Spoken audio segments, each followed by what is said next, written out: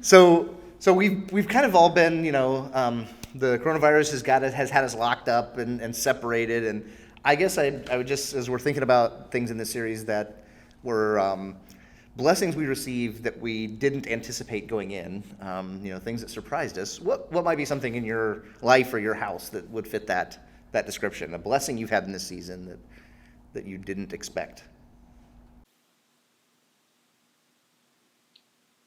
Okay, mine is so random. Awesome. But I've always been a tea drinker, and I swear that by everyone who asks, I don't like coffee, I hate coffee, I like the smell of it, but I don't drink coffee. But I have a 13-year-old daughter who, let's just say e-learning has been a challenge at the Matheny household, any semblance of rhythm or order, not there.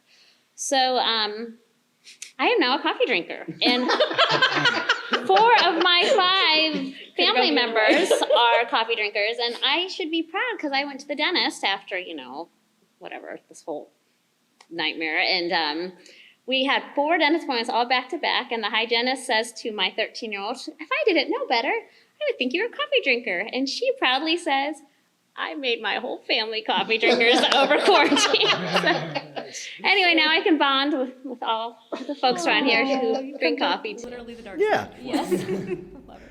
Something else that you didn't expect, but you got out of quarantine time. I can survive without sports. Ooh. No, I've read 4 or 5 books over this time, and it's not bragging. I'm just saying that it's my ability to just kind of say I've got to fill this space, and it's not going to be with Netflix. It's going to be with some reflection and whatnot. But the fun side of that is that I can still engage with watching sports, but it was such a big part of my life, and when it got taken away, it was a little bit of a withdrawal.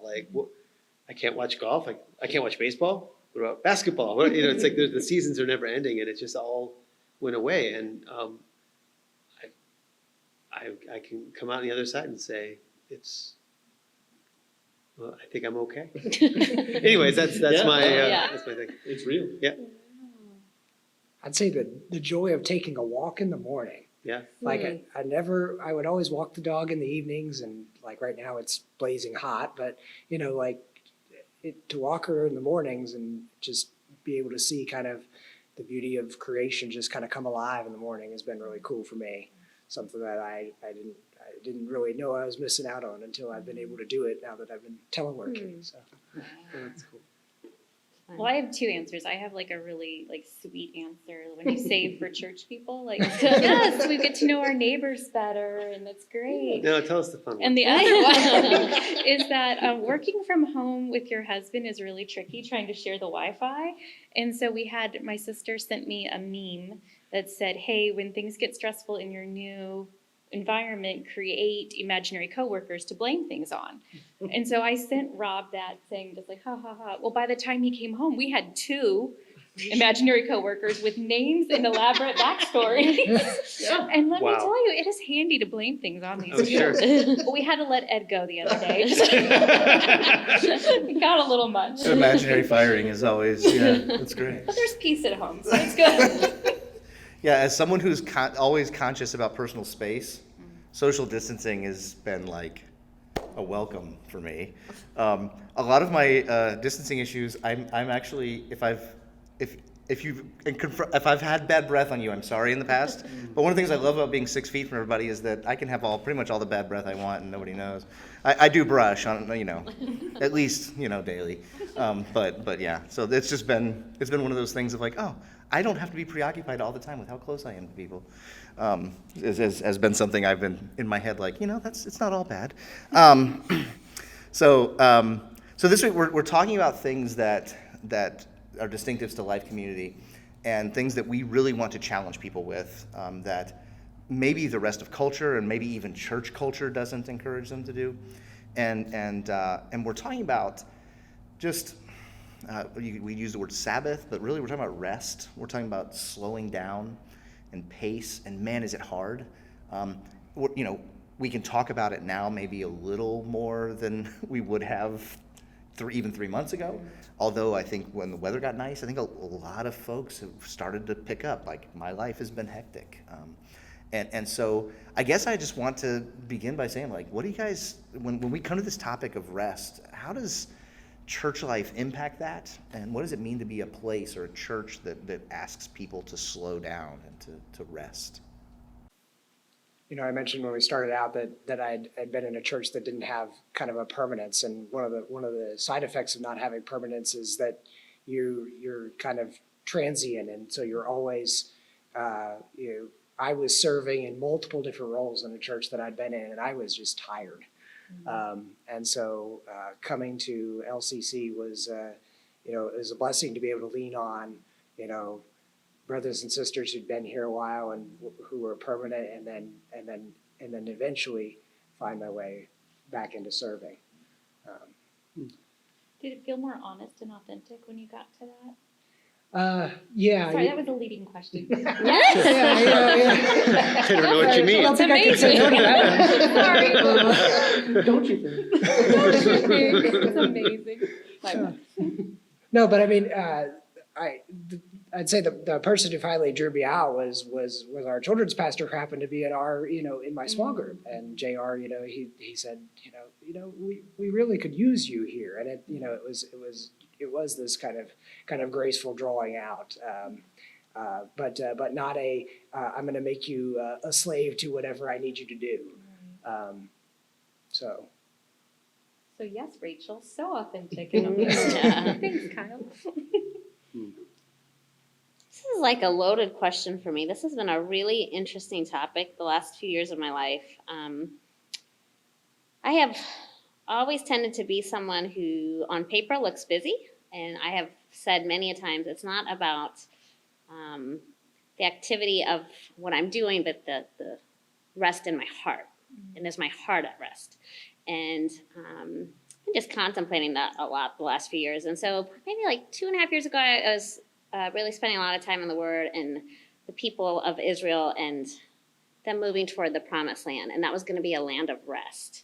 And God really started stirring up in my heart this idea of what does rest mean. Followed up by, LCC does a summer.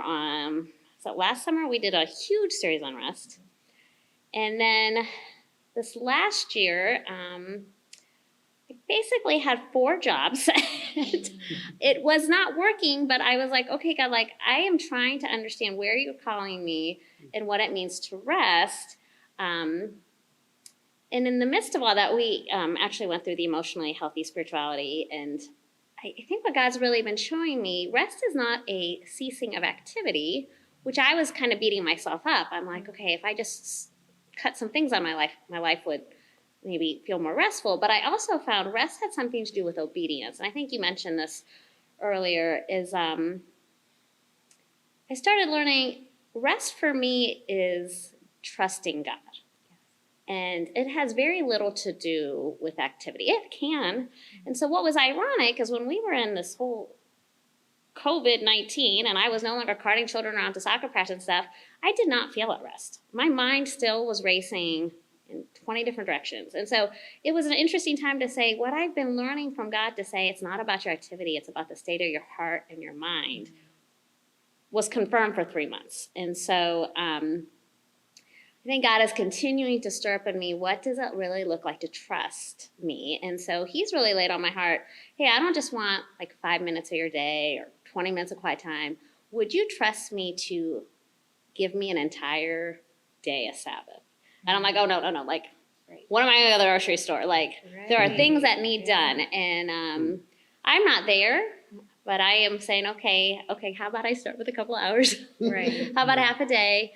And how about you show me we come to this theme again, we're a church that believes that our spiritual growth is not a race, but it's a marathon. And I think God is showing me the concept of the Sabbath will be a marathon in my life. And I'm really excited to kind of take that step of faith and say, I'm going to try and learn to rest and trust him and not think if that didn't get done that, Monica needs to get it done because somebody needs me. They don't, I'm glad you said that because that's one of the things I've learned about the spiritual disciplines is that Sabbath is a an act of worship. It's a spiritual act of worship, and it's the undoneness, and it's resting in the undoneness is what it really means. I always took that to mean like it is a law, it's something to do, but it, again, out of my own righteousness and my own work. So it's like, so I will keep Sunday holy and I will do nothing. But I would work my tail off on Saturday to get the house clean, to get the laundry done, to get the groceries done, because so that I can rest. But really what it's saying is, why don't you just live your rhythm, live your life, live this rhythm, and then when I call you to rest, why don't you rest in the undoneness? And why don't you trust that I am enough in the midst of the chaos, in the midst of the undoneness, that I am good and that I am God and that I've got this. And it's okay for things to be undone. And that's hard because I like pretty and I like perfect and I like things to be all wrapped up. So yeah. But why is it, and this is all good, but why is it even important that we do it? Like, why? Why stop? If I can work for 5 days and get so much done, why not work on a 6th? And if I can work on 6 and get that much done, why not do a 7th? Like, does it give you any time to reflect? Right. Reflection's good. So that, for me, that's something that I feel like if I never looked back at what was going on and kind of took a broader perspective, I think I would kind of not learn where I might be needing to adjust my activity or my growth in a particular direction. So reflection is why I feel like it's Are you saying important. so he could speak to you? Yeah. Leading question. It's the teacher thing going on. I feel like it's creating time. And I mentioned, my thing during coronavirus has been like walking in the mornings, like that. That's created a time for listening and reflection that I didn't previously have. Yeah, because rest Sabbath for one day is good, but there's also a pattern. Like I think in the created order, there was evening and there was morning the first day. Like God works, and then we get this impression that like there's a period before work begins again, and that's a good and normal cycle. And I appreciate you saying that on reflection. How many times do we wind up like doing something for a long period of time and devoting a ton of time and energy to it, and we come to a place in that activity or that action, whatever it is, and we go, why am I doing that? Like, why have I given so much to this? And I think that without, one reason it happens is because we never stop. Like everything in our culture encourages us, just keep going, just keep moving, don't stop. If you stop and think about it, you might stop doing it. Well, and this sounds really like kind of heavy, but I also think it's just sin. Like I think of the 10 Commandments and I think we're really good at saying, hey, like, don't murder anybody, don't steal. But the longest one is like about Sabbath. And as I reflected on that, I went, what am I really saying when I don't know how to stop? And that's saying I'm in control. The world needs me. And if I don't get it done, it's not going to get done. And it lacks saying, you know what, God's a little bigger than you. I think you can take a little day off. If God can take a day off, surely you can take a day off. And so it's been convicting to me to say, too, like, how much do I feel like, oh, like, the world needs me? And I go, frankly, it's very humbling to say, no, really, like you said, you could leave that undone and the world will go on. And I go, really? Like, And it's an act of worship. It's an act of saying, you are God and I am not. Yeah.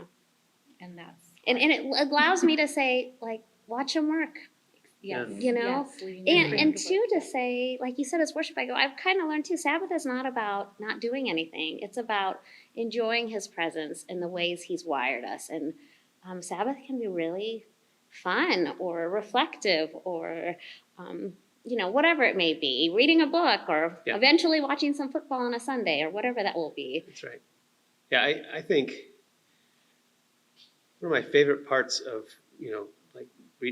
just learning about Jesus was watching him interact with his disciples, and he'd be kind of hanging out with them, and all of a sudden, they're like doing ministry, and he's healing people, and then they're like, okay, what's next? And then and Jesus just goes off on his own, just because there was an intimacy, but he needed to kind of take a break from the work. Certainly, he could have kept doing it. I mean, he could have kept doing it forever, doing the work, but he needed a recharge. He needed a connection, that he just had like an inner peace, but he also had like a space that he needed to occupy where he just stopped, you know.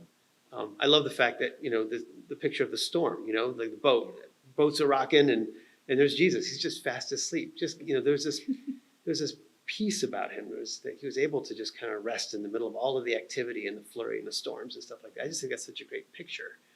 I think I know that sometimes I use work or activity as a way to sort of shield myself from listening to what God might have to say to me. You know, I can just kind of fill that space so that I'm not kind of fostering a heart connection with him. It's just very easy to do that. I can avoid some difficult conversations that need to happen with him, you know. I think we're all really good at using busyness to avoid doing hard work with, like, I'll work really, really hard and other things to avoid the hard work of my soul that requires me to stop. I'm very guilty of that.